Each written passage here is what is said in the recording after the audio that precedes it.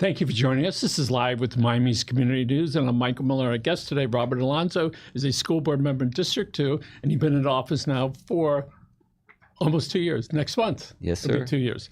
So a couple questions. Number one, we know you're from Hialeah.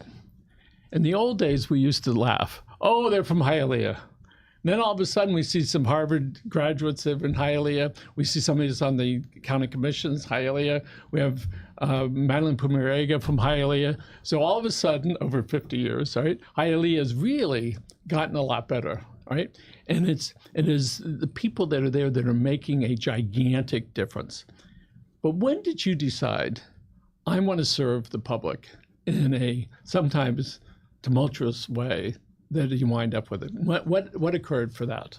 Well, I'll tell you, I grew up in a family that always supported elected officials because we felt it was so important. My parents had come here to this country together with my grandparents looking for freedom, right? And they knew the importance of being active in the community.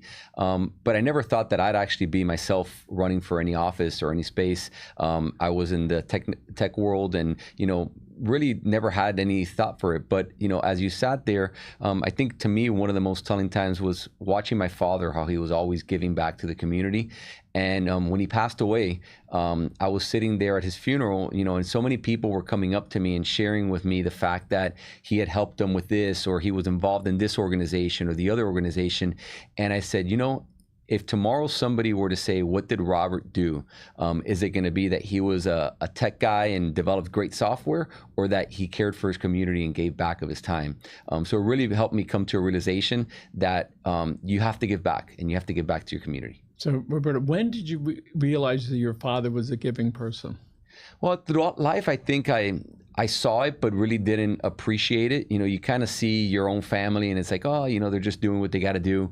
But when it comes to that moment when people are coming up to you and you have people telling you stories about the impact that your father or somebody in your family had on them, it just really makes you kind of like get that wow moment, right? Of wow. So we often wonder why we wait so long to tell the children and the friends and even the person. We just wait for them to be gone before we just do it. I don't know why we do that, all right? But I'm included in that. And as we get older, we realize we've missed so many opportunities.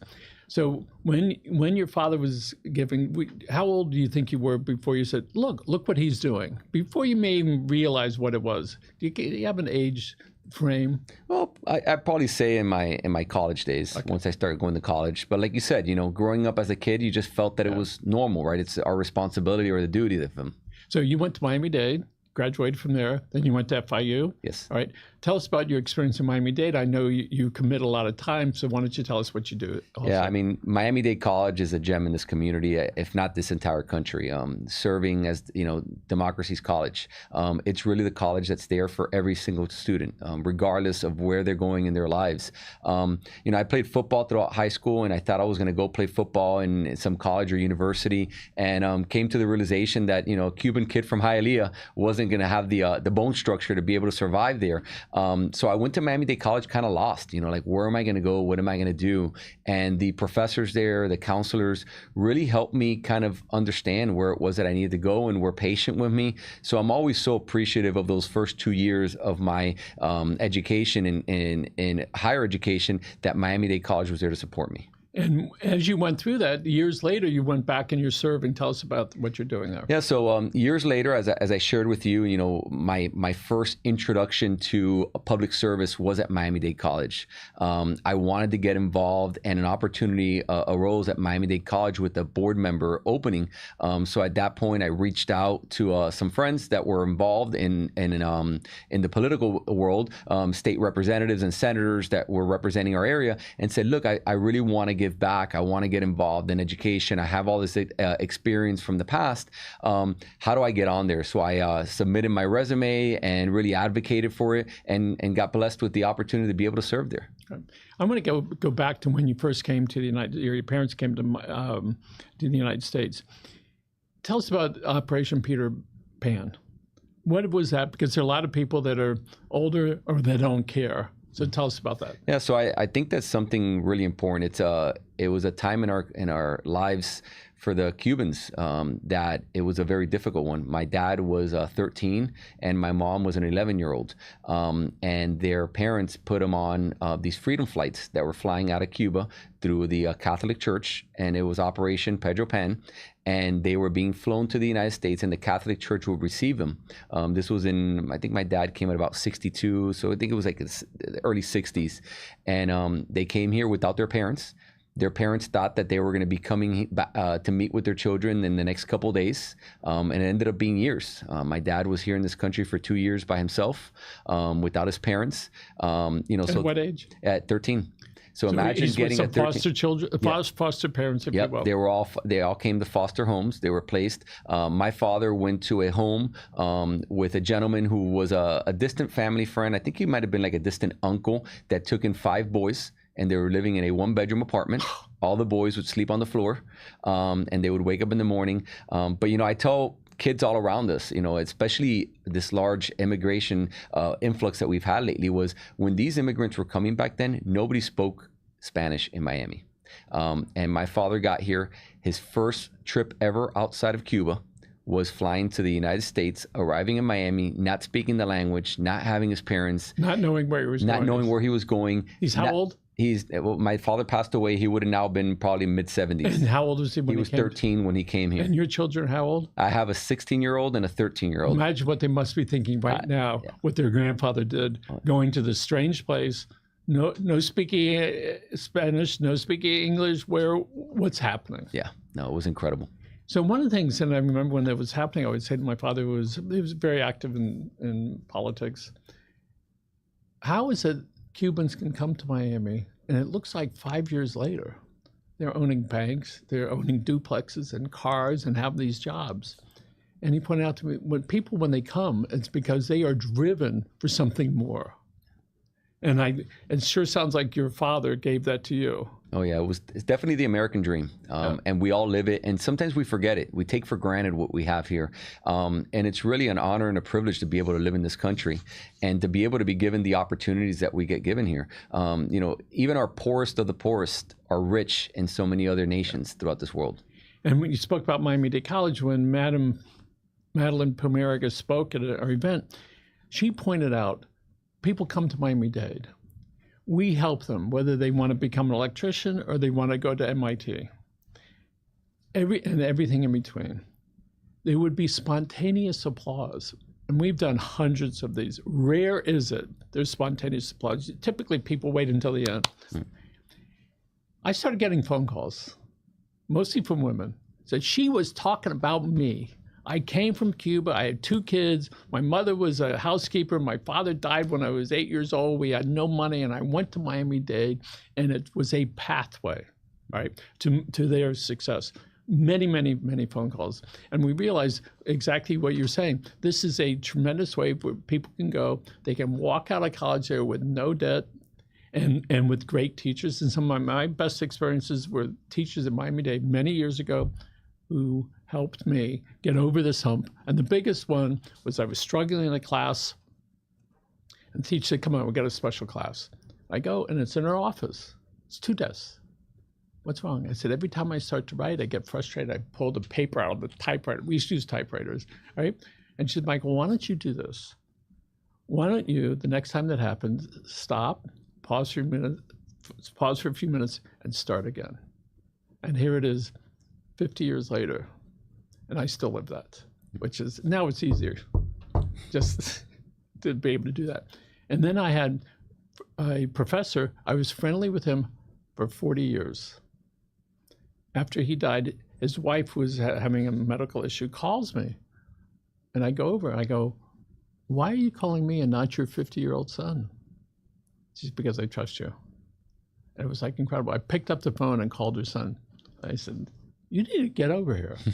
Imagine I'm talking to a 50, no, she doesn't need your help, my help. I said, yes, she does, you need to be here. The point was that the relationship was so strong, and the Miami-Dade professors understand how to connect to people.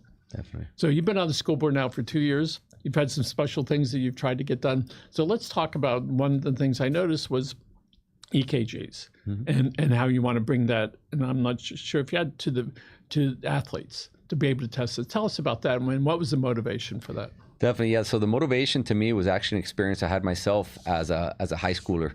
One of my fellow football players died on the track out of a cardiac arrest when I was growing up. So you hear so many of these stories that are avoidable, and then it doesn't just happen to football players. We had a young lady in Miami Lakes, which is an area that I represent and live in, that died in a ballet recital also from this. Brianna Bergata was her name. They have a foundation for her now, and it's also avoidable if we just do one simple test, which is the EKG test. So my board item and my initiative that I'm still working hard on is that every student athlete, regardless whether it's a dance line, a dancer, a young lady, or a football player on the hot football field, is having an EKG before they play any sports, and that we are assisting the families with all the follow-up appointments that we do that through our partnership with Jackson Memorial Hospital, as well as Baptist and the other folks. So sometimes that may be the only EKG they've ever had. Yes. And if we're lucky, you're going to find out something that's a problem and be able to save a life. And then just as though that helped you get to another point with your friend that died, it's traumatic that other people have to witness that, because it certainly is like puts a shadow over everything. And so let's talk about, I noticed one thing about school chaplains. First, sometimes it's a controversial issue, but let's talk about that. Yeah, I don't think it's controversial. I think it's quite the opposite. I think it's what this community was built upon, and it's unity and partnerships. As a district, we have an incredible team of mental health specialists, teachers, counselors, social workers, but sometimes students need a little bit extra. They need something that they don't find at school, which could be talking to somebody from their faith community. And I think the schools is a building where, first of all, belongs to the people. It doesn't belong to us. It belongs to our community. And second of all, is a place where students spend the majority of their lives at. So if they don't have access to their faith-based organizations within their own school, how are they going to get to them? One of the things we recognize that for years, mental health has been in the background. And one of the things we've tried to do here in the next 10 years is bring it up so it's at least out of the shadows. It still is a little bit, but certainly a lot more when, I forget who it was, taking off a mental health day. Tremendous. And people are able to recognize that we get to that place. We know during COVID, a lot of the kids got isolated, all of us, right? And then there's this, okay, let's get back together again. And then people are starting to fall behind. What is the school board doing so they can identify people that need help way before the student has expressed it? Yeah, and that's something that I bring up all the time. I think as a society, we're more reactive than proactive much of the times, especially with mental health. So what the district is doing is obviously offering many of trainings and training our administrators, training our teachers on how to best identify and kind of see the clues that are leading towards mental health. We're also working with their families. Family is a big part of it. Being able to have parents that are talking to their children, that are having that time to break bread together at dinner tables and be able to have those conversations. Because I think a lot of the times we just forget to ask people, how are you doing? How do you feel? And I think it's very important that we bring that humanization back to things. I used to run a lot, and we would always be checking in with each other. So one day, there's a guy I was running with for about 10 years. He said, how you doing? And I never said this before. I'm not doing well. Do you know, if he wouldn't have said that, I might have kept going. So I stopped, and I see the fire rescue truck right up there. I started feeling better. He sat with me for the half an hour. Then I gathered my composure, and I finished the event. But it was because he cared enough to do that. Years later, when he got COVID bad, I was calling him all the time.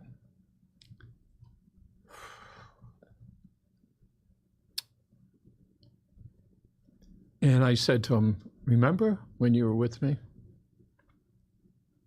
Still emotional. Years later, he said, yes, well, I'm here. And it was that event, so here it is now, at least 10 years later, that bonded us for a lifetime. That he was there and just sat down with me. Yeah. And sometimes that's all we need. For somebody to say, I care, so let's get through that to the other side. I hope that the school board has really active mental health programs and figuring out how the kids can have that conversation. Because when I grew up, it would be like, shh, you can have a broken arm, a broken heart, but if you got a broken brain, all right, and it's diminished a little bit, no. And that's crazy Uncle Joe, all right?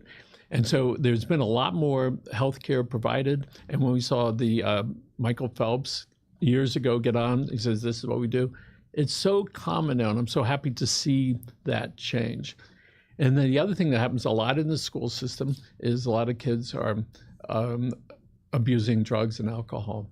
What is the school board doing, and what can you do to try to identify that and provide care? Yeah, definitely. I mean, we know that we have a new pandemic that's around us, and that's the pandemic of vaping and drug use throughout our schools. And it's at every school, whether it be a public school, a private school. And we're really working to educate our students as much as possible. We know that the temptation is out there. We know that the stress is out there. Sometimes it's even a mental health issue where they're just stressed out, and that's where they go to be able to find their relief, whether it be a drug or whether it be alcohol. And we want to be there to support them, to let them know that there's other avenues. You know, go out, exercise, get some fresh air, go have friends. You don't have to do those type of things. So it's a big educational side. We also look from an enforcement standpoint too.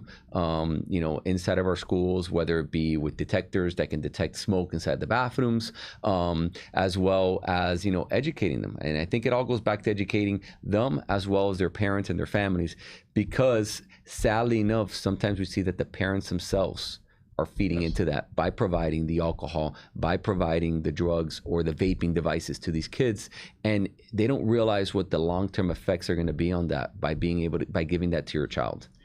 I'm familiar with a 12-step program building that's nearby.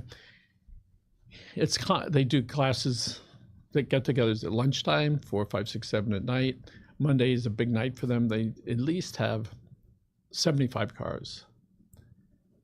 And so the routine is you wind up using drugs for whatever the reason was, and then you get abusive towards yourself, and you may get arrested, you may go to jail, and you may be, if you're lucky, you get into some rehab program.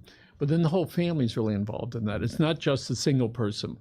And so if some of these kids want to see what it's going to be like, what Judge Robert Deal did with me and a bunch of us many years ago, he took us to jailhouse, said, this is what it's like. He slammed that door shut. He said, you want to be here, right? And we recognize that if the family is involved in it, the kid's got a real big problem. So every once in a while we get to see about a child that has been homeless and still going to school. What a great story when we hear those. We see it on the college level frequently. Is there any estimate that you are aware of what percentage of those kids are in temporary housing or that are not in any housing at the moment? I don't have the exact numbers, but I will tell you it's much larger than we sometimes imagine or think. You know, homelessness is a serious issue in South Florida, and one that I think is going to continue to grow because of the cost of living here, because of the issues that they have. So the district works very closely through our Parent Academy, as well as through other programs that we offer to be able to identify those students in the schools. Because sometimes, you know, it's embarrassing, right? Nobody wants to say that they're homeless or that their family is living in a car. So we try to be there and support them as much as possible. We also have food pantries that are there. So we're there to support them and identify them as much as possible, and provide them the support that they need. A lot of the schools are pretty old, all right? And we always trying to revamp things and make sure the air conditioning is good, make sure the building structures look good. We know if I remember right, attendance went way down. It seems to be going back up. Is that correct? Yeah, so attendance has come up a bit because of the influx that we saw of new immigrants coming to South Florida. But I think we're at a stable point right now. I don't see huge growth, but we've also seen generational changes, right? When we were growing up, our families, everybody had 3 kids minimum. Nowadays, our young, adults are not having kids right now. They're waiting. So I tell that to people, but I think we're starting to see that switch. I specifically see it in the Hialeah area where you see the generations changing. So the abuelos and the abuelas are now moving on. Some of them are passing away, and new families are coming in. New new husbands and wives are coming and buying homes and starting their families. So I think we're going to see a growth pattern throughout the next 3 to 5 years, but it's not going to be at the levels that we've seen in the past because families have just changed the way in which they work. I mean, life has gotten expensive. And you brought up about sitting around for dinner. I was watching some cell phone etiquette, which is do not have your phone on the table, even if it's upside down. What we try to do, if you're coming over the house for dinner, leave your phone over at the front.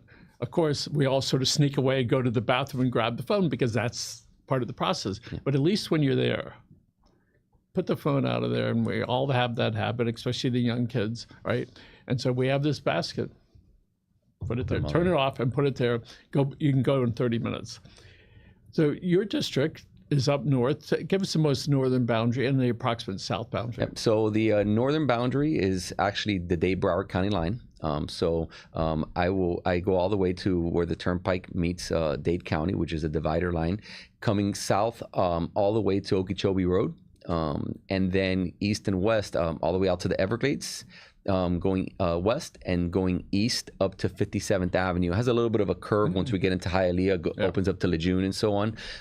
But it's a fairly large district, but it's a district that I love to serve in because it is such a diverse district in many ways. How many people is that? More or less. In total, a couple million, I would say. Yeah, it's a lot of folks don't. We have your, do we have your Facebook?